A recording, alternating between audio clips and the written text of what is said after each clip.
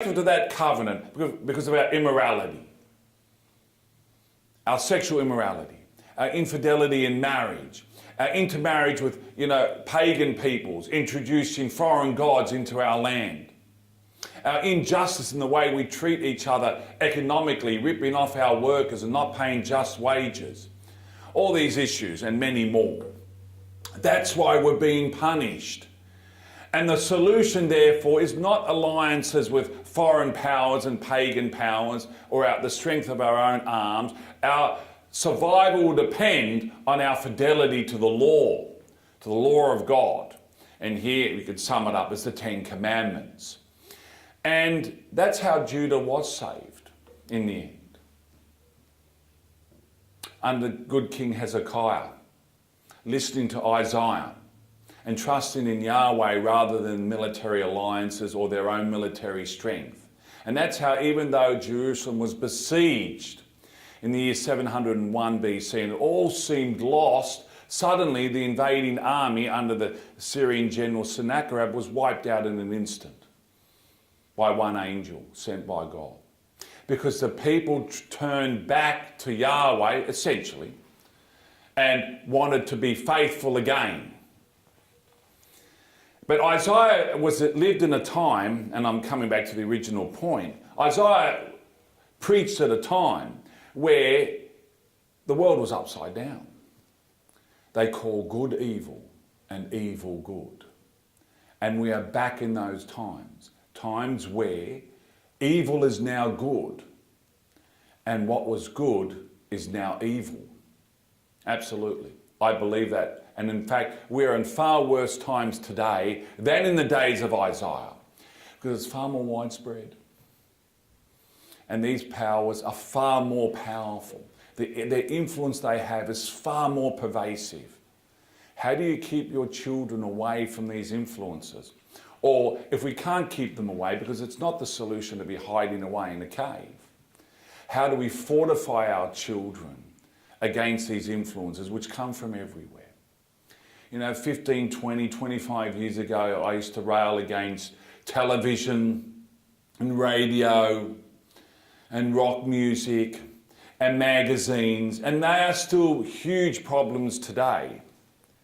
But today we're going to add to that all the social media that now has blossomed and really taken over to a large extent.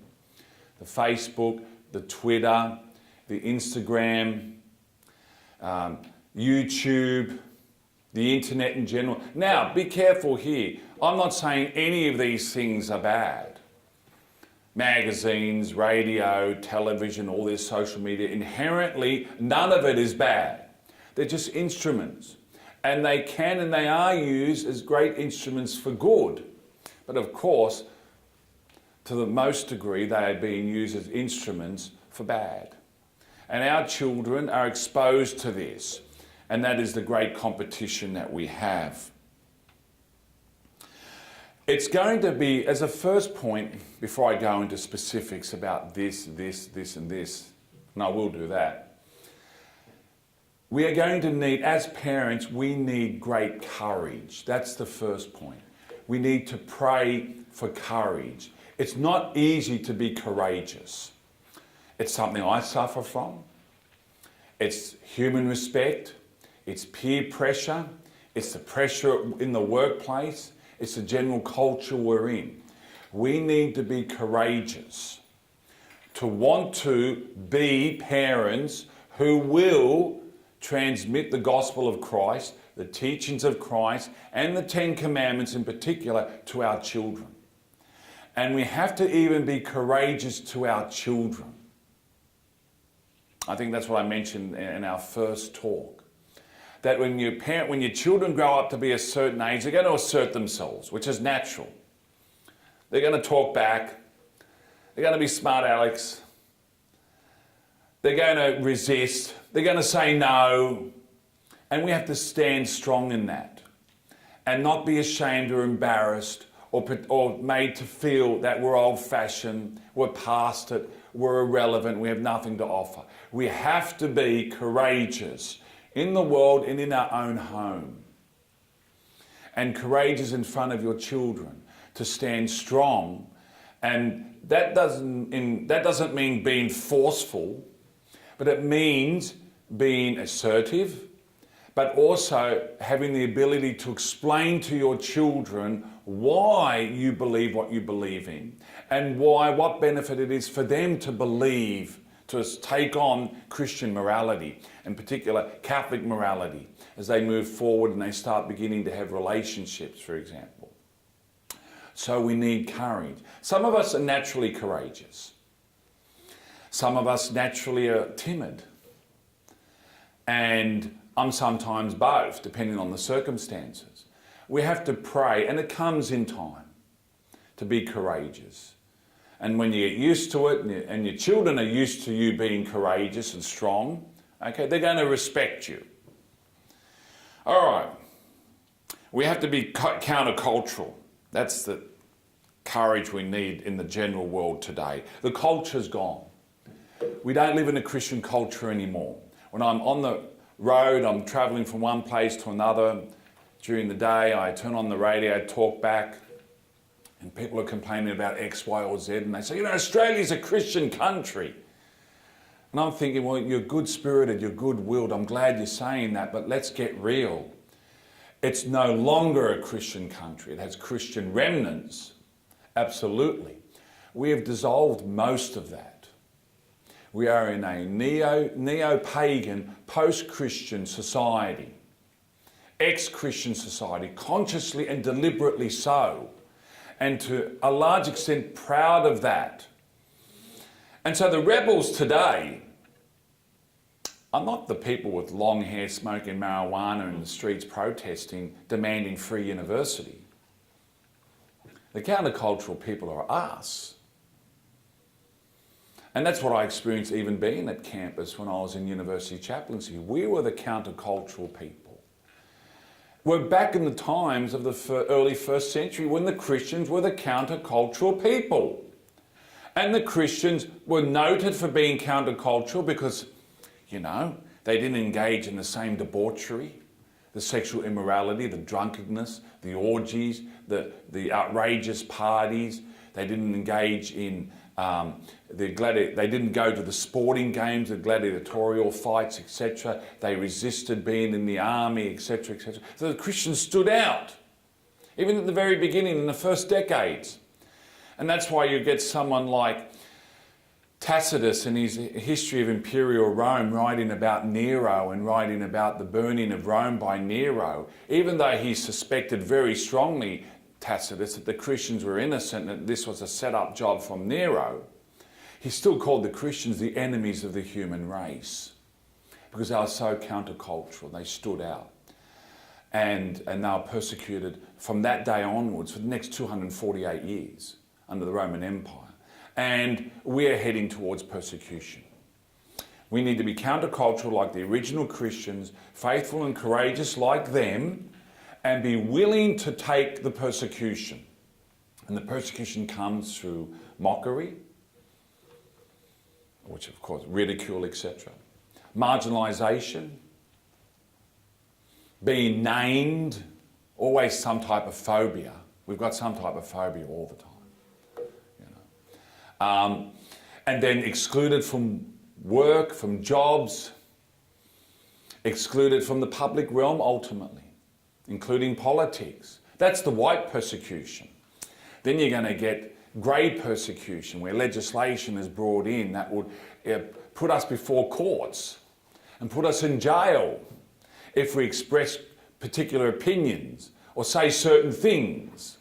And then you have the red persecution, which has happened in many countries over the last few centuries. In the French Revolution, in the Russian Revolution, in the Chinese Communist Revolution, in the Spanish Civil War, in the Mexican Civil War. I'm talking about the 20th century. Over 42 million people, believers in Jesus Christ, Catholic, Orthodox, Protestant, etc., were martyred in the 20th century. That's red persecution. We've been lucky here in Australia.